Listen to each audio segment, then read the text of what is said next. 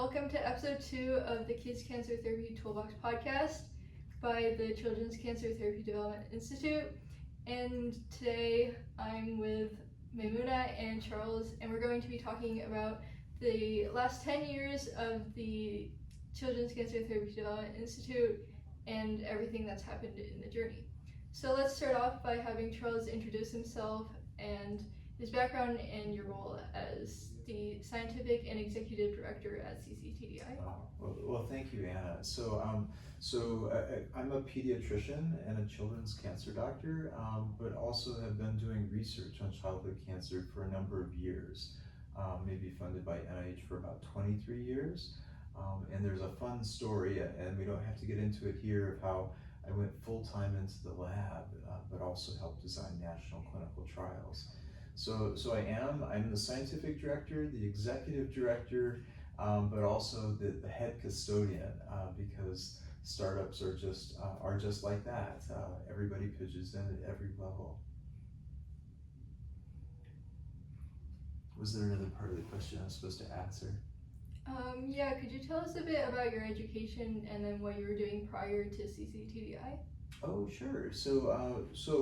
Well, you know, becoming a doctor requires going to medical school after college, and then there's an internship and residency in pediatrics that's 3 years total, and then there's a fellowship for 2 more years to learn how to be a subspecialist. So first I went to medical school to be a doctor, and then I went to internship and residency to become a pediatrician, and then I did fellowships to become a children's cancer doctor. And so in that now 3 years of fellowship, I did 1 year pure clinical training, and then 2 additional years of mixed research, but also clinical care. And for me, I just loved research, so I did a lot of it.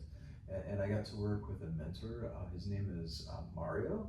My kids call him Uncle Mario, Mario Capecchi, and he taught me how to do mouse genetics, how to genetically engineer mammals. And so the next step in my career was I got a real job. My mom was really excited because I finally had a full-time regular job outside of training, and I was running a lab at a brand new Children's Cancer Research Institute in Texas that had gotten half of the tobacco money, so $200 million. They gave me $3.2 million to start a lab, which is a lot of money, but I was their first recruit, and they wanted me to do a good job. And then the very morning that my mentor, Mario, received the Nobel Prize was the morning my first grant was being reviewed. And so I got my grant. It's better to be lucky than smart. And so I got every grant after that until about a year and a half later, outside of my own training in research, I suddenly had 14 trainees. And I had a boss at that time, Dr. Sharon Murphy, for whom Murphy staging of lymphoma is named. And Sharon said, to those who've been given much is expected. Plus, I had a lot of young trainees whose careers depended on me doing a good job and being a good mentor. And so it was at that point that I decided to go full-time into the lab. I was subsequently recruited to Oregon Health and Science University to create their first ever pediatric cancer research program. And then I got an endowed chair, and things were going really well. Got some really nice NIH grants. I had published papers that were featured in the top journals. Then my daughter, who's 4.5, asked if I ever saved anyone's life ever from the work that I did in the lab. And the answer was no, and we had to think about why that was. And so if I sort of went into it, but I won't take too much time to do so, you know, I asked, well, was it me? You know, was it my team in the lab? Was it my department? Was it my university? Was it all universities? But simply be, like, childhood cancer is so rare. It just doesn't make any sense to make drugs because you can't ever recoup the cost. It might cost $1 to $2 billion to develop an adult cancer drug, and 12 to 17 of those are developed and they extend and save life of adults with cancer every year. to reach FDA approval, but for kids, there's only been 13 since 1978. So 13 and 47 years for kids, 12 to 17 every year for adults. And so we launched cc-TDI with the purpose of just filling in the gap. We do the basic science discovery that we'd always done in the university, but we do the extra work to make the practical decision of which drugs move forward into clinical trials for kids with cancer in children's hospitals all across the US. And that's gone reasonably well.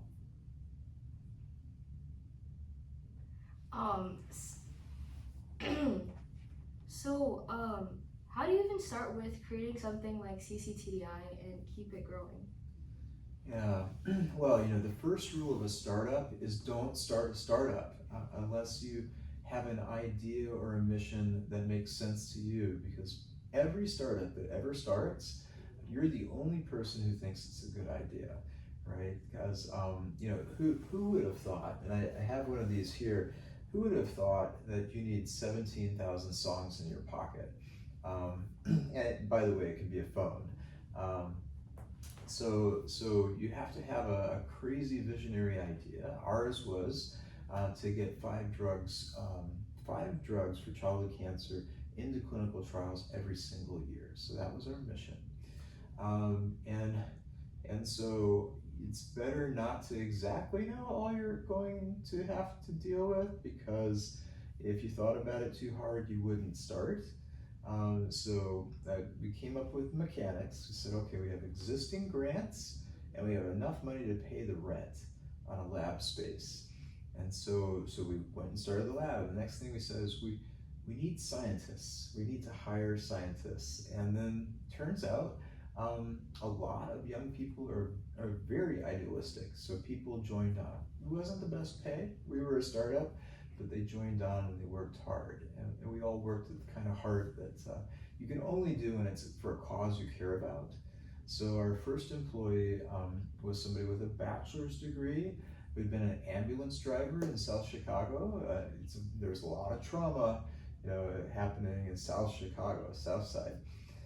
So he came out to Portland. He joined my lab when we were at Oregon Health and Science University.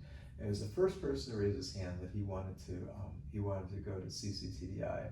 So it was Matthew and I that started the lab, and he could move 1,000 things 1 inch forward every day. And I kept just trying to build the lab, get more funding, hire more scientists, bring families to help us build the lab. And that was really important. There were so many people, so many families that helped us build the lab, because on one side, the research was all paid for already by the grants that we had. On the other side, we needed actual equipment to do the research on, and the grants didn't cover the purchase of equipment. So we had people like Jonathan Agan, Alan Ehrlich, and then some really great idealists like Megan McMillan that came in for the leadership team. Families like Kylie Sullivan's family came in, Scott Carter's family came in, Bella Rodriguez Torres' family came in with funds to purchase equipment, and it just kind of got going. Adding on, were there ever any moments in the beginning when you were making cc-TDI where it felt like it wouldn't work, and how did you get beyond it? Well, okay, so the best thing in life is to have a mission-driven life, because your best day and your worst day will both be okay. Like if you succeed, it's a reason to celebrate that warms your heart. If you fail, that's okay, because it's not about you, it's about the kids, and it's about getting the mission done. But we had a little whiteboard in the lab.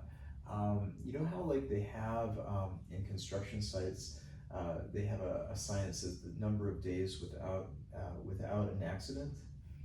We had a whiteboard, and it had the number of days without a major setback, and we could rarely get past 3. But about 4 or 5 months in, we're like, oh wow, we can get to 8 days without a major setback. We don't have that piece of equipment. We don't know where to go to analyze this kind of sample. But the beauty, the absolute beauty, is that with this kind of cause, there's a number of people that will help. It's the kindness of friends and strangers that makes all the difference. Yeah, I really like that mindset that you're talking about. Like your worst day and your best day are both okay. That's a really good mindset. What was it like leaving your faculty position at OHSU to start cc-TDI? Well, it was scary, and it was particularly scary for the family. So my wife and I had stopped putting money into retirement for 2 years and just built up cash because we knew there was going to be a period of time I couldn't pay myself. And so I was at no salary or just a very tiny smidgen of a salary for 3 years, which was longer than we expected. You know, my teenage daughters could only go to one extracurricular activity per quarter because we didn't have the money to do so. It just wasn't in the budget. Instead of paying myself, I wanted to make sure we could make payroll. So, so it was a labor of love. It was hard for everybody, but I think my daughters, Greta and Addie, they both say that they really enjoyed the challenge and know now that if they have a dream, that all you have to do is work hard and you can achieve it. Um,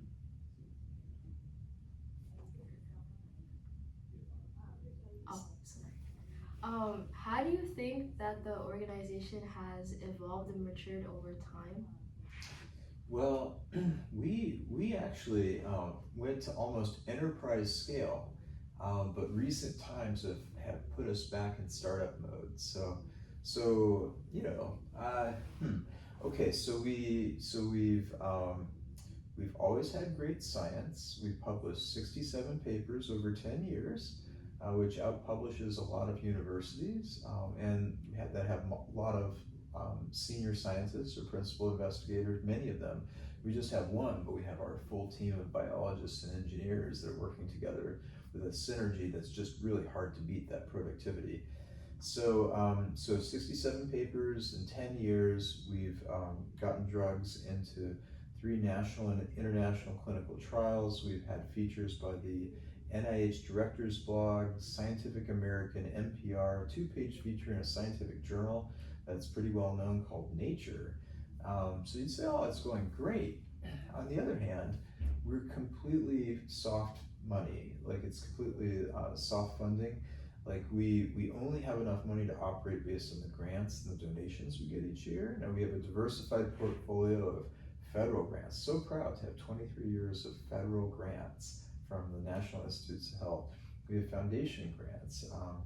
We sometimes work with pharma companies, but more often they do us favors, like in-kind donation of services and collaborations, more so than sending us money. And then there's the individual donors. And each of those pots does a different thing. The federal money has to have very little risk. The research that happens from individual small donors, a lot of those donors are willing to do high risk, high reward.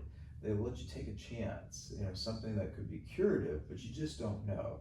So you have to get to a $5,000 go, no go decision. And so that's been helpful. So we're generally good at raising $2 to $3.5 million a year, which is pretty nice. And we just steadily grew our team. We steadily grew our amount of equipment. We grew our abilities. And then something, COVID happened, right? And so everybody else closed down their research. We said childhood cancer was an essential business, and that was actually good for us. We actually doubled our research that year because we went to 3 shifts. It was day, evening, and graveyard. A donor gave, so everybody would be able to be spaced out. A donor contributed $50,000 at the beginning of COVID, right? Who has a spare $50,000 when the world shuts down? So we could buy some tissue culture hoods, so that the most common function that we did in the lab, everybody could be super spaced out from each other for COVID. We got a construction company to build 14 customized individual workstations that were bubble wrapped and HEPA filtered, right?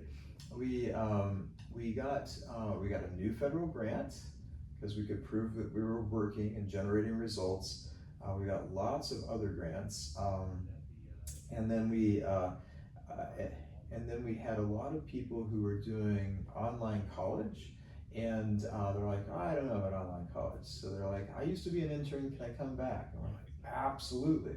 And they came back and they totally rocked it. So we had this 7,000 square foot, 70-year-old paint factory with 14 workstation bubble wrap pods and all this lab equipment. We were on fire. And you'd think, oh, the world couldn't be better. We've hit our steady state. But then we were told that our building, this 70-year-old paint factory, was seismically unsound. And the city of Beaverton said it was going to be demolished to make way for an office building or a Marriott hotel. So we were learning we were being evicted very quickly. And so there's a story to tell about a 20-year-old woman named Megan, but she raised $900,000 while fighting her own cancer to build the new state-of-the-art architecturally designed lab that you see here. That was designed by ZGF Architects, the builders of Denver Children's Hospital, Seattle Children's Hospital, Boston Children's Hospital, and built by R&H Construction. And so we're in a state-of-the-art lab. We received a grant about a year and a half ago from the state of Oregon to buy new specialized equipment. So we're really doing great from an equipment point of view, from a lab research point of view. We have this new program funded by a UK grant to develop 5 new childhood cancers from scratch. Like, how historic would that be over the next 4 years? The thing that's been hard, though, is that when the election led to a different president, the policies around research changed. And if you want, we can talk about that. But boy, howdy, starting in January and then subsequent to that, there've been a lot of changes to the federal support of any kind of research, and particularly childhood cancer research for us. So we have a really diverse team at cc-TDI. So where does your focus on team diversity come from? Yeah, well, I'm a dad to daughters, but importantly, Megan, when she raised that $900,000, one of her key requirements to be the fundraiser was that we made that our scientific team reflect the diversity in the people we serve, which is the general population, and that we have a broad world view. So some people may say America first. We say the world first. And we really like the idea of diverse ideas coming from diverse people of different genders from different parts of the world. It's just part of who we are. How do you think the multidisciplinary team at cc-TDI has been a benefit? Oh, that's a good question. You know, it was an experiment to create the Engineering Forward initiative, where we mix half biologists and half engineers, but it works great. There are some instruments in the lab that when you combine one instrument and another instrument, you generate 10,000 data points an hour. So that's more than you can put on an Excel spreadsheet. And the engineers who can do command line C++ coding, they can do a vector algebra, a form of calculus to solve lots and lots of equations. Because if you think of the biologic problem of you've got 22,000 genes, 66,000 variants of 22,000 genes, and you're looking at 4 different things that are happening to some cancer cells, and you're looking at it for every second over a period of 3 days. Well, that's a lot of data points, a lot of variables, and so this vector algebra solves that problem. Okay, so then in addition to the multidisciplinary research team, you also work with patients and their families. So how do you come in contact with them and kind of bring them together? Yeah, that's a good question. You know, cc-TDI started with an interaction with a collaboration with families. So there was Jonathan, who is Alexis's dad. She had a form of brain tumor called DIPG. We miss Alexis very much in this world.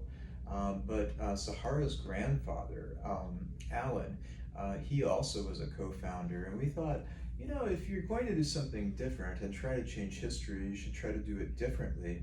Certainly, there have been people who've tried to understand how cancers work.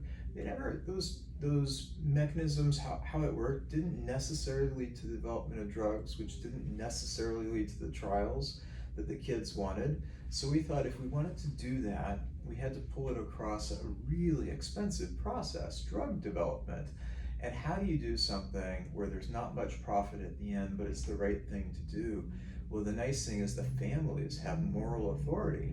But how do you get family members to be powerful partners in that? And the first thing you do is you science educate them. So we have a nano course every year so that we can science empower families so that they can go forth and be advocates for childhood cancer from our research, from other people's research, and with the pharmaceutical companies to get that job done. Yeah, so then what, one example of that has been the Cure Fast at cc-TDI, so could you tell us a bit about how that works? Oh, okay, well that's a hard story to tell. Okay, so it turned out that every child's cancer is special and unique. There are things across all child cancers of a particular type that are the same, but each individual patient is different. And so we got together with Andrew's mom and Caleb's mom, so Sandy and Kim, and they were going through breast cancer at the same time their son had that kind of cancer of the midbrain that Alexis had, DIPG. And so they had the idea that there would be a way when someone had a cancer that couldn't be cured, that they could painlessly donate the tissue to understand how the future kids could be cured. And so that's our legacy gift program through CureFast, a biorepository where we collect specimens, collaborating with hospitals all around the United States. And then when a child has a surgery, or if a child passes away from their cancer, painlessly after life, the specimen can be liberated from the child and then sent in a FedEx box to us to understand the genes, the DNA and RNA changes, the protein changes, grow cell lines, make mouse models.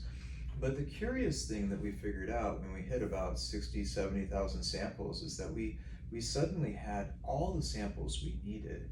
And so now we only do those collections on cases that are super rare cancers for which we don't already have samples. And I'm happy to report we've shared over 4,000 samples with labs all across the world from CureFast. So when a patient sample has come to us, we study it, and even before we publish it, we make the data available, and then we share the samples out as frequently as we can. So what are some of cc-TDI's collaborations? Oh gosh, we collaborate very widely. Can I tell you about one I'm really excited about? So there is a wonderful charity in the UK, in the United Kingdom.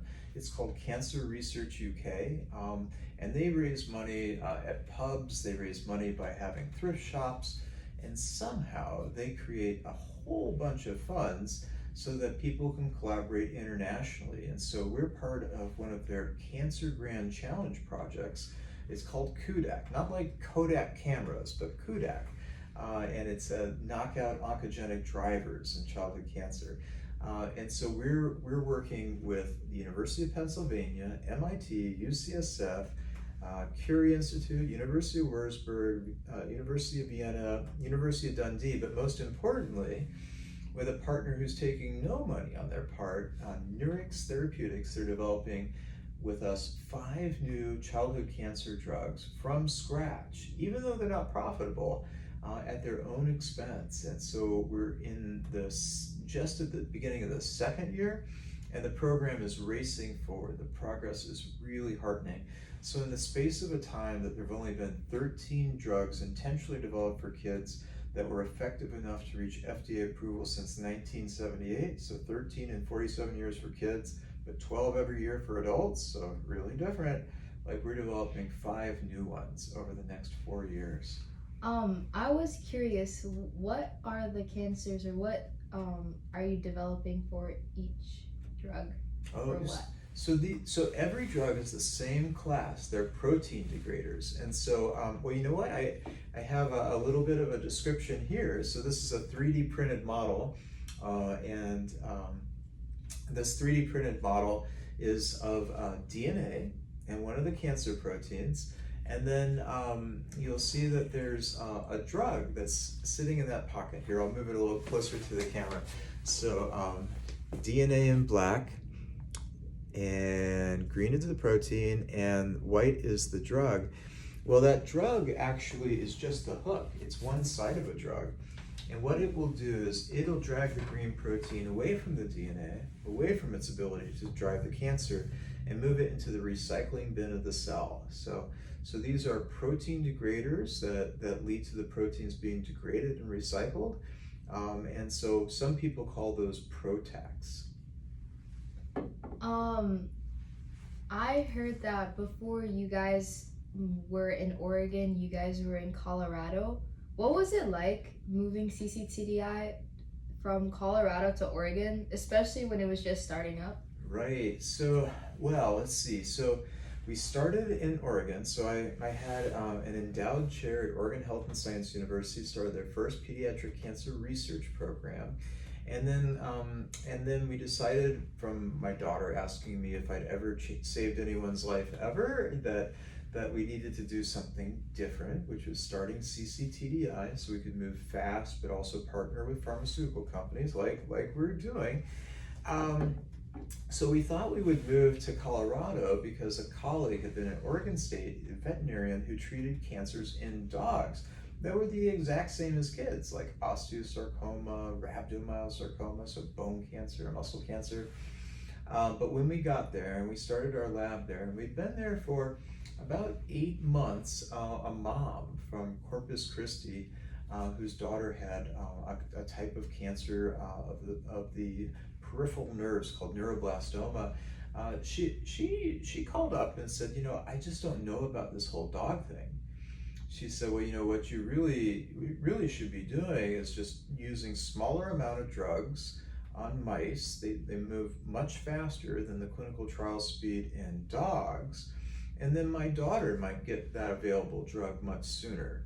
And so I thought about that. And also it turns out the Pacific Rim is a wonderful, fabulous place to recruit scientists from all over the world, because we really do believe that the smartest people come from almost anywhere. And if you're able to recruit them to the Pacific Rim, like Oregon, that would be the best place. So we moved from Oregon to Colorado and then moved back to Oregon. cc-TDI, again, relocated in 2023. How has it benefited cc-TDI's progress? Well, that's a really fun story to tell, and it's benefited us immensely.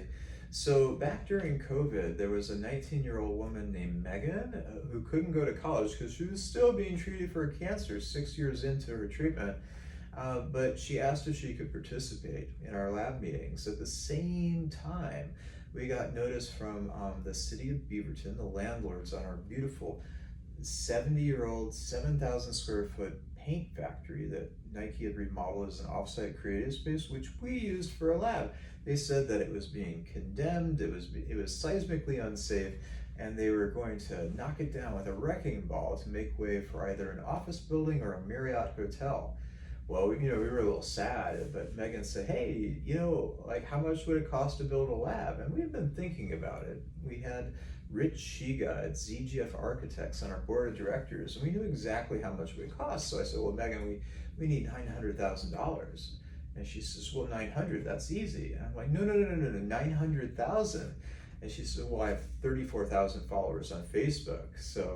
So having built this lab as the Megan Bug Global Rhabdomyosarcoma Research Lab, state-of-the-art facility, architecturally designed exactly the way that we need it, we really can accelerate. Plus, we moved far closer to Intel, NVIDIA, and Microsoft.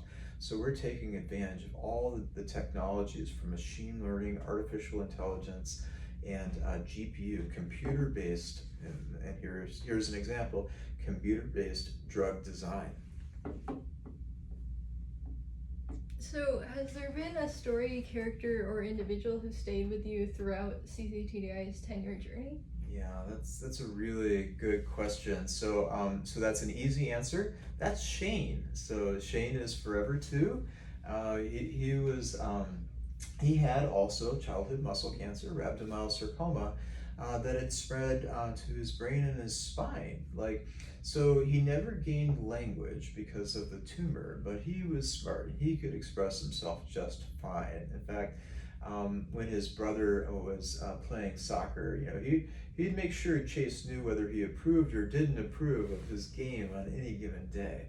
Well, so Shane's parents and I had talked many times during Shane's care as we were starting cc-TDI, and there does come a point. There are 1 in 5 kids that won't survive childhood cancer, and for Shane, they were trying to find the right end of life path, but they included in that legacy gift. So after Shane passed away and spent time with his brother and sister and with his parents and extended family, they facilitated with the University of Pennsylvania and Children's Hospital of Pennsylvania to have a legacy gift, a research autopsy to take the tumor out. It was sent to us.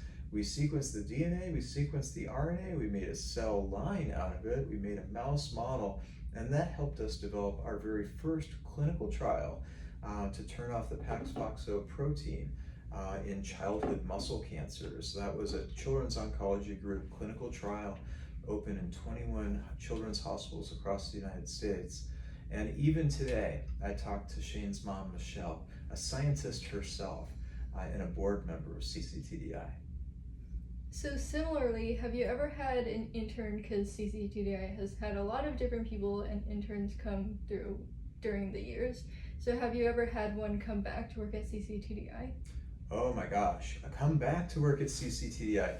Well, yes. I mean, we have the story of Sophia Tassoni, one of the smartest interns we ever had, a co-author on one of our papers, then went off to Stanford, and she comes back with ideas, and she has really good ideas. Mayuka Kashyap, she's another extraordinary intern who just started showing up at the lab at age 11, became an intern at 14, and then I think 15 and 16, went off and got a 4-year degree at the University of Washington. She actually finished a year early. She's a smart cookie.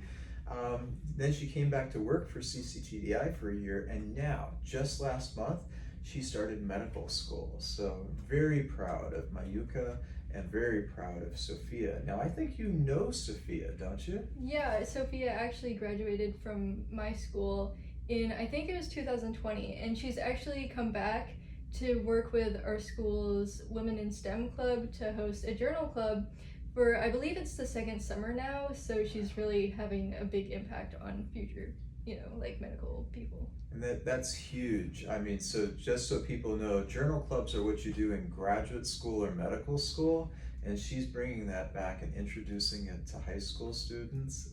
It says a lot about her, and it says a lot about the people at your school. Yes. I'm curious about your next steps for cc-TDI and what's happening at cc-TDI now. So, what are some of the big projects that are happening at cc-TDI? Oh, well, for sure. Those protein degraders that we talked about for those 5 different childhood cancers, that's key. Another thing we're doing, for Alexis's kind of tumor, that diffuse intrinsic pontine glioma that occurs in the brain, it's your midbrain, which should be the size of your thumb, but in the tumors make it the size of a plum, and that's just too big. So we're developing with one of our scientists, Dr. Tony Haight, we're developing an antibody drug conjugate that recognizes a protein just on the surface of the brain tumors and brings a type of chemotherapy to those cells that the tumor should be sensitive to. So it specifically targets the tumor cells and leaves much of the rest of the body to be healthy. And so those are the 2 major projects that would result in clinical trials in the near term for our lab. This is a question more specifically about you. Why are you hopeful for future research for children with cancer? Yeah, well, that's a good question. So you mainly, Because I am at best a cheerleader. But I get to work with some of the smartest people you can meet, and they're very creative. The funny thing about knowledge, it's infinitely expanded, and so people who are in high school are doing things that I was doing towards the late end of college. But when you look at the types of people that become our interns, you look at the people that organize the podcast series, and then you look at their motivations. These are people who are living mission-based life with infinite potential, who can make the difference, and you're already making a difference now. So I'm hopeful because of yourselves. That's amazing. Another thing I'm also curious about is, what are your plans for continuing to expand cc-TDI? Oh, well, that's a really good question. We're doing a little bit of a doggy paddle at the moment. We were going to expand cc-TDI, launch a $15 million capital campaign, but the foundation of that is that we've been federally funded for our research, at least in part, for the entire time. 10 years of cc-TDI, 23 years for me entirely, but the government has slightly changed their focus away from research. The NIH budget is slated for a 40% cut. The types of research that are being done are being sort of selectively pruned, if that's the word. So we are looking to diversify our portfolio, find new partners, even engage the community. Like at this point in time, childhood cancer research is a grassroots effort by the people who care, and so we're trying to sustain our effort to build those 5 new drugs with community partners. Sorry, I don't know if you answered this previously, but what are the 5 cancers that you're making the drugs for? Absolutely. So this international team is addressing muscle cancer, rhabdomyosarcoma, that peripheral nerve cancer called neuroblastoma. It makes the precursor for adrenaline, like you're being chased by a saber-toothed tiger, adrenaline. Medulloblastoma, which is related to neuroblastoma, but actually occurs in the back of the brain. It's the part of your brain that gives you balance, the part that's developed exclusively after birth, just because, well, babies don't walk till they're a year.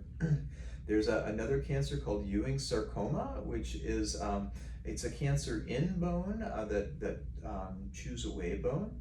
And then there's a cancer of the liver, a very rare cancer called fibrolamellar hepatocellular carcinoma, but has a very specific mutant protein. And so Sandy Simon, an amazing and a really impressive individual at the Rockefeller Institute, is working very hard to find the treatment, the protein degrader for that disease, because his daughter, now also a Stanford college student, had that kind of cancer. Okay, and so that's the end of our questions. And Charles, thank you so much for taking the time to answer all of our questions. Well, I'm just grateful that you've created this podcast. I really think it's a fabulous way to reach audiences and bring the excitement of childhood cancer research to them. Yeah. Yay! Okay, thank you. Bye.